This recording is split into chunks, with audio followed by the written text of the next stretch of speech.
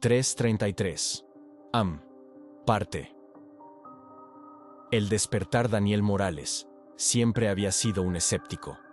A sus 28 años, el joven arquitecto se enorgullecía de su racionalidad, de encontrar explicaciones lógicas para todo.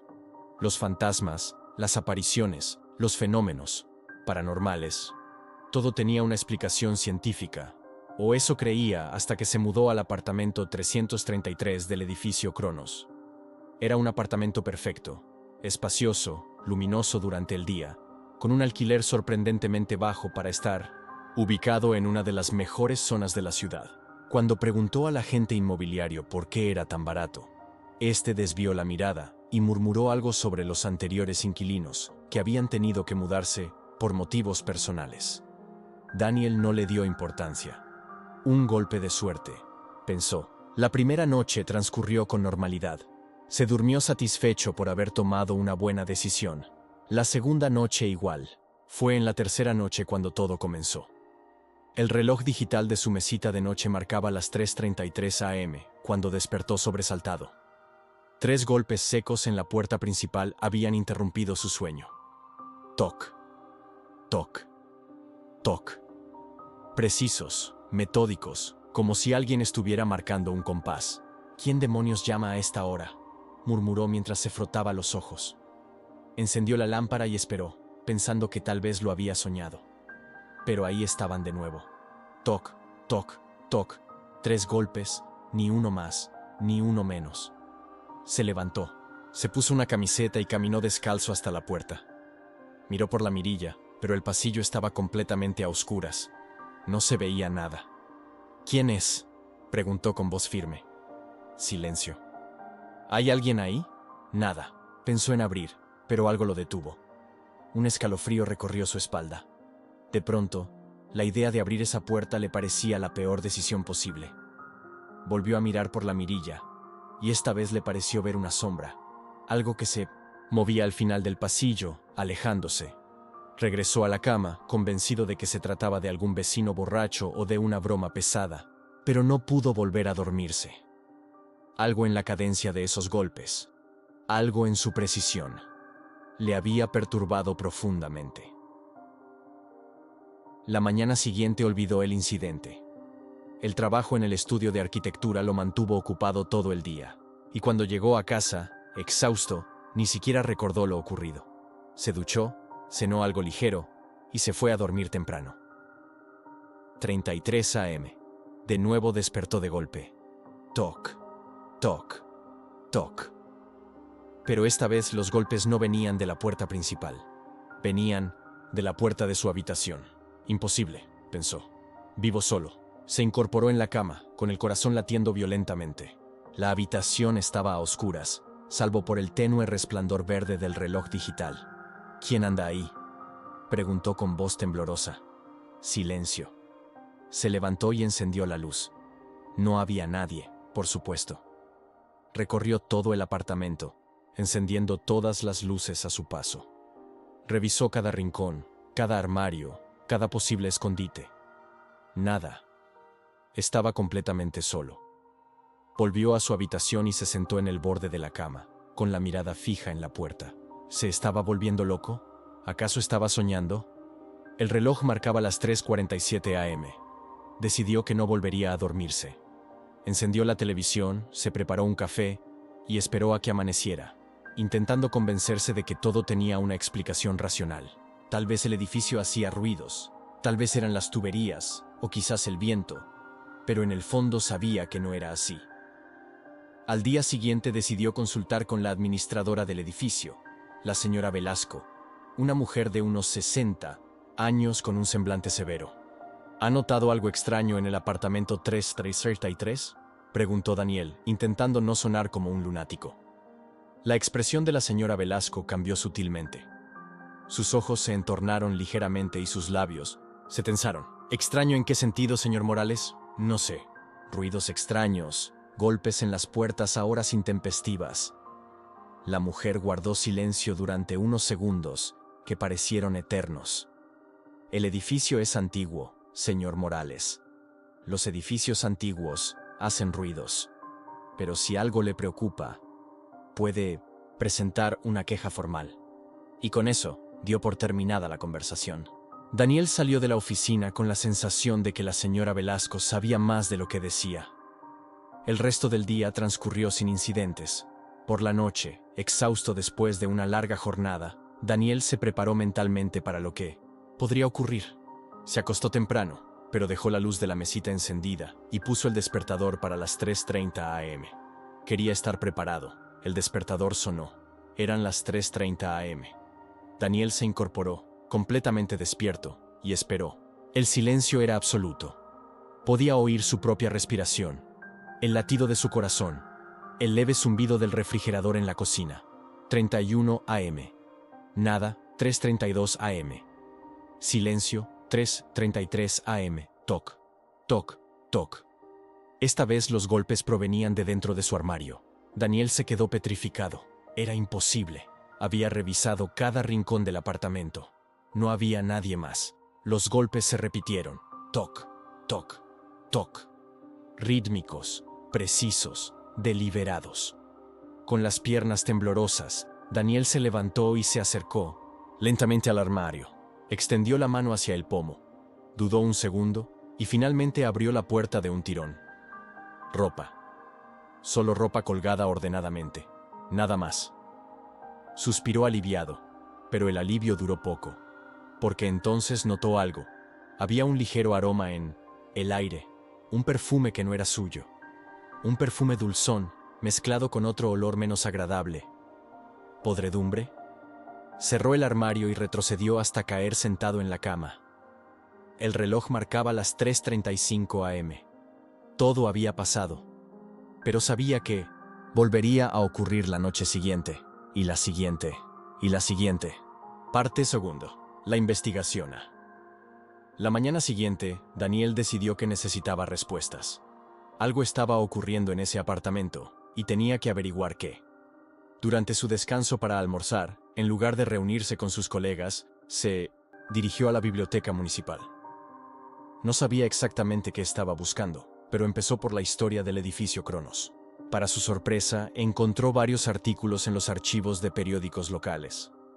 El edificio había sido construido en 1933 por un excéntrico empresario llamado Alejandro Vidal, conocido por su obsesión con la numerología y lo oculto. Más interesante aún, el apartamento 333 había sido escenario de un trágico suceso en 1983. Una joven llamada Lucía Mendoza había sido encontrada muerta en circunstancias misteriosas. Según los informes, la habían encontrado en el armario de su habitación, con una expresión de terror absoluto en el rostro. La autopsia determinó que había muerto de un paro cardíaco, pero no pudo explicar las marcas de dedos en su garganta, ni por qué todas las puertas del apartamento estaban cerradas desde dentro. Daniel sintió un escalofrío. Siguió investigando y descubrió que, desde entonces, el apartamento había tenido una sucesión de inquilinos, pero ninguno permanecía más de unos meses. Siempre se iban abruptamente, sin dar explicaciones. Con un nudo en el estómago, Daniel abandonó la biblioteca y decidió que necesitaba hablar con alguien que supiera más sobre el edificio y sus secretos. Recordó que en la planta baja vivía un anciano, el señor Herrera, que según la administradora era el inquilino más antiguo del edificio. Esa misma tarde, después del trabajo, Daniel se armó de valor y llamó a la puerta del señor Herrera. Después de unos minutos, la puerta se abrió revelando a un hombre en sus 80, con una mirada penetrante y alerta que contrastaba con su frágil apariencia. Señor Herrera, soy Daniel Morales. Vivo en el apartamento 333. Me preguntaba si podría hablar con usted un momento. El anciano lo miró fijamente, como evaluándolo. El 333. Así que eres tú el nuevo, murmuró. Pasa, hijo, pasa. Te estaba esperando. Daniel entró en el apartamento, sorprendido por las palabras del anciano. El lugar era acogedor, pero estaba lleno de libros, antiguos relojes y extraños objetos que no supo identificar. ¿Me estaba esperando?, preguntó Daniel mientras tomaba asiento en un viejo sillón que el anciano le indicó. Siempre vienen a mí, respondió Herrera con una sonrisa triste. Todos los que se instalan en ese apartamento terminan aquí, buscando respuestas. La cuestión es, ¿Estás preparado para escucharlas? Daniel asintió, aunque no estaba seguro de estarlo. El señor Herrera sirvió 2 tazas de té y se sentó frente a Daniel. El edificio Cronos tiene secretos, muchacho. Fue construido por Alejandro Vidal, un hombre obsesionado con el tiempo y con lo que él llamaba las horas fracturadas, momentos en que, según él, el velo entre nuestro mundo y otros mundos se hace más delgado. El anciano dio un sorbo a su té antes de continuar. Vidal creía que ciertas horas, especialmente las 3:33, tanto AM como PM, eran puertas. Y el apartamento 333, bueno, él lo diseñó específicamente como un conducto, un puente. ¿Un puente hacia dónde?, preguntó Daniel, intentando mantener la compostura. Hacia el otro lado, hijo. Hacia lo que algunos llaman el inframundo, otros el purgatorio. Yo simplemente lo llamo el otro lugar. Herrera hizo una pausa. Has estado oyendo los golpes, ¿verdad? Siempre empiezan así. Daniel sintió que el corazón se le aceleraba. 3 golpes, siempre a las 3:33 AM, cada noche en un lugar diferente del apartamento, cada vez más íntimo. El anciano asintió gravemente. Y pronto notarás su presencia. No estás solo en ese apartamento, Daniel. Nunca lo has estado desde que te mudaste. ¿Quién?, preguntó Daniel con un hilo de voz. ¿Quién está conmigo? No quién, sino qué, corrigió Herrera. Es lo que yo llamo el visitante. Una entidad que ha estado utilizando ese apartamento como portal durante décadas. Normalmente solo observa, estudia a los inquilinos. Pero a veces, cuando encuentra a alguien especial, alguien que puede percibir su presencia, se vuelve más activo. ¿Activo en qué sentido? Intenta establecer contacto. Y si lo logra... Herrera dejó la frase en el aire, pero su expresión lo decía todo. La chica que murió allí en 1983, Lucía Mendoza, dijo Daniel. ¿Fue el visitante? Lucía cometió el error de intentar comunicarse con él. Abrió una puerta que debería haber permanecido cerrada. ¿Y cómo puedo detenerlo?, preguntó Daniel, sintiendo que el miedo daba paso a la determinación. Debe haber una manera. El señor Herrera se levantó y se dirigió a una estantería. Tomó un pequeño libro de cuero gastado y se lo entregó a Daniel. Este era el diario de Vidal. Lo encontré hace años en un compartimento secreto del sótano. Explica los rituales que usó para sellar el edificio y específicamente el apartamento 333, pero el sello se debilita con el tiempo y parece que ahora está casi completamente roto. Daniel hojeó el diario, lleno de símbolos extraños, diagramas y anotaciones en una caligrafía apretada y nerviosa. Hay un ritual para reforzar el sello, continuó Herrera. Pero es peligroso. Si algo sale mal, podrías terminar como Lucía, o peor. ¿Tengo alternativa? Podrías mudarte, como han hecho todos los demás. Pero te advierto, una vez que el visitante te ha elegido, no importa dónde vayas, te encontrará. Daniel tragó saliva. Entonces, tengo que enfrentarlo. El señor Herrera lo miró con una mezcla de admiración y pena. Te ayudaré en lo que pueda, muchacho. Pero al final, estarás solo con él a las 3:33. Daniel salió del apartamento del señor Herrera con el diario de Vidal bajo el brazo y un peso en el corazón. Ahora sabía a qué se enfrentaba, pero eso no disminuía su miedo. Al contrario, lo hacía más real, más tangible. Esa noche, decidió no dormir. Estudió el diario de Vidal hasta que le ardieron los ojos, tratando de comprender los complicados rituales y las teorías sobre las horas fracturadas. Según Vidal, a las 3:33, tanto AM como PM, se producía una alineación perfecta de fuerzas cósmicas que debilitaba la barrera entre dimensiones. Y el apartamento 333, diseñado con precisas proporciones y orientación, amplificaba este efecto. El ritual para reforzar el sello requería varios elementos: sal purificada, hierbas específicas, velas negras y, lo más inquietante, sangre del ejecutante. Daniel no tenía ni idea de dónde conseguir la mayoría de las cosas, pero el señor Herrera le había dicho que lo ayudaría. A medida que se acercaban las 3:33 AM, Daniel se sentía cada vez más nervioso. Se había instalado en la sala de 1900 estar, con todas las luces encendidas y la televisión funcionando a bajo volumen como ruido de fondo.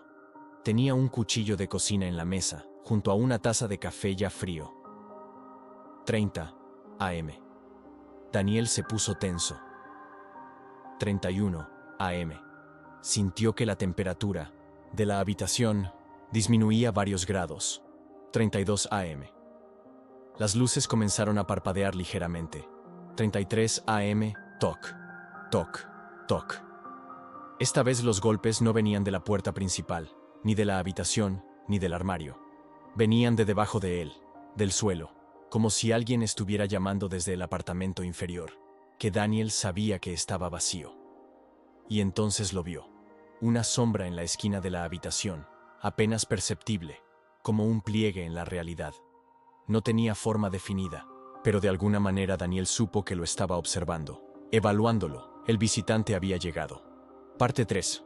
El enfrentamiento. Durante los siguientes 3 días, Daniel vivió en un estado de terror permanente. Los golpes continuaron cada noche, exactamente a las 3:33 a.m., y cada vez el visitante se manifestaba de forma más evidente. Ya, no era solo una sombra en la esquina de la habitación. Ahora podía ver claramente una figura oscura, alta y delgada, con extremidades demasiado largas para ser humanas. No dormía más de 2 o 3 horas cada noche, y solo durante el día, cuando la presencia parecía más débil. En el trabajo, sus colegas notaron su aspecto demacrado, los círculos oscuros bajo sus ojos, su distracción constante. Pidió unos días libres, alegando una enfermedad, que no estaba lejos de la verdad. Sentía que se estaba consumiendo, que algo dentro de él se estaba apagando. Con la ayuda del señor Herrera, reunió los elementos necesarios para el ritual: velas negras de un viejo anticuario, hierbas raras de una tienda de productos esotéricos, sal especialmente purificada según las instrucciones del diario. El anciano le explicó cada paso del proceso con precisión, pero le advirtió que no podría estar presente durante el ritual. Esto es algo que debes enfrentar solo, Daniel. El vínculo ya se ha establecido entre tú y el visitante. Cualquier otra presencia durante el ritual solo complicaría las cosas. La noche elegida para el ritual llegó demasiado pronto. Era el 7º día desde que los golpes habían comenzado, un número que según el diario de Vidal tenía un significado especial en estos casos. El 7º día era cuando el visitante intentaría completar el contacto, atravesar completamente el velo. Daniel preparó el apartamento según las instrucciones. Dibujó símbolos de protección con tiza en puntos estratégicos: puertas, ventanas, espejos. Colocó pequeños cuencos de sal en cada esquina de cada habitación. Las velas negras formaban un círculo en el centro de la sala de estar, donde realizaría el ritual principal. A las 13:00 a.m. en punto, comenzó a recitar las palabras que había memorizado del diario, una extraña mezcla de latín antiguo y otras lenguas que no reconocía.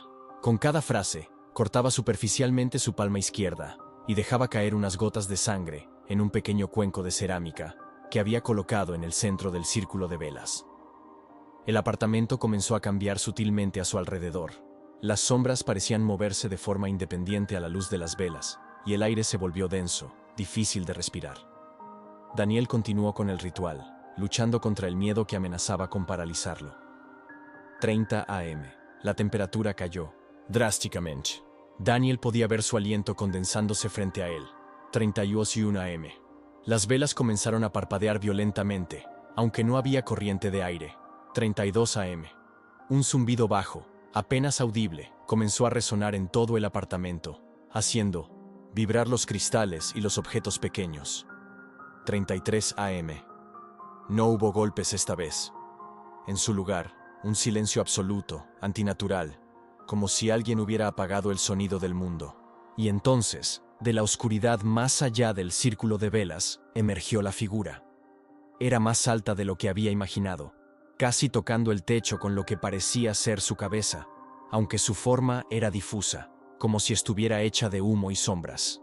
No tenía rostro reconocible, solo una especie de vacío más oscuro donde debería estar la cara. «Te he estado esperando», dijo Daniel con voz temblorosa pero firme, continuando con las palabras del ritual.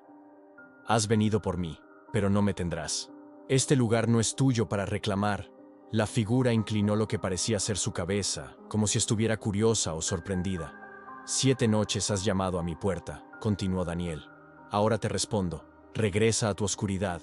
Con estas palabras, vertió el contenido del cuenco de cerámica, su sangre mezclada con las hierbas y otros elementos del ritual, sobre uno de los símbolos que había dibujado en el suelo. La reacción fue inmediata y violenta. La figura se retorció como si estuviera sufriendo un dolor intenso, y un chillido agudo, inhumano, llenó el apartamento. Las luces parpadearon frenéticamente, y los objetos comenzaron a caer de las estanterías, como si un terremoto sacudiera el edificio. Daniel sintió que algo tiraba de él, una fuerza invisible que intentaba arrastrarlo fuera del círculo de protección. Resistió, aferrándose al diario de Vidal y continuando con las palabras del ritual, aunque cada vez le costaba más concentrarse. El zumbido se había convertido en un rugido ensordecedor, y el frío era tan intenso que sentía que se le congelaban los huesos. La figura se acercó al borde del círculo, sus extremidades alargadas extendidas hacia Daniel como si quisiera alcanzarlo. Por un momento, creyó ver un rostro formándose en ese vacío oscuro, un rostro que reconoció con horror. Era el suyo propio, pero distorsionado, con una expresión de agonía indescriptible. «No eres real», gritó Daniel sobre el rugido. «No, tienes poder aquí. Vuelve». Pronunció la última palabra del ritual, la más poderosa según el diario, y arrojó un puñado de sal directamente a la figura. Hubo un destello de luz cegadora, un sonido como de cristal rompiéndose a gran escala, y entonces, silencio. La figura había desaparecido. Las velas se habían apagado. El apartamento estaba en completa oscuridad.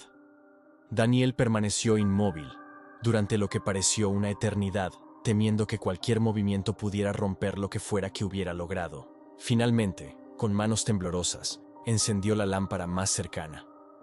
El apartamento era un caos. Muebles volcados, objetos esparcidos por el suelo, los símbolos de tiza parcialmente borrados. Pero el círculo de velas permanecía intacto, y Daniel estaba ileso, salvo por el corte en su palma izquierda. ¿Lo había logrado? ¿Había expulsado al visitante? Miró el reloj, 4:17 am. Había pasado casi una hora desde que comenzó el ritual, aunque a él le había parecido mucho menos tiempo. Exhausto pero aliviado, comenzó a limpiar el desorden. Mientras recogía los pedazos de un jarrón roto, notó algo extraño en el espejo del pasillo. Se acercó lentamente, con el corazón acelerado. Su reflejo parecía ligeramente desincronizado. Cuando movía la mano, su imagen lo hacía una fracción de segundo después. Y había algo en sus ojos, un brillo que no reconocía como propio. «No», susurró, comprendiendo con horror lo que había sucedido. El ritual no había expulsado al visitante.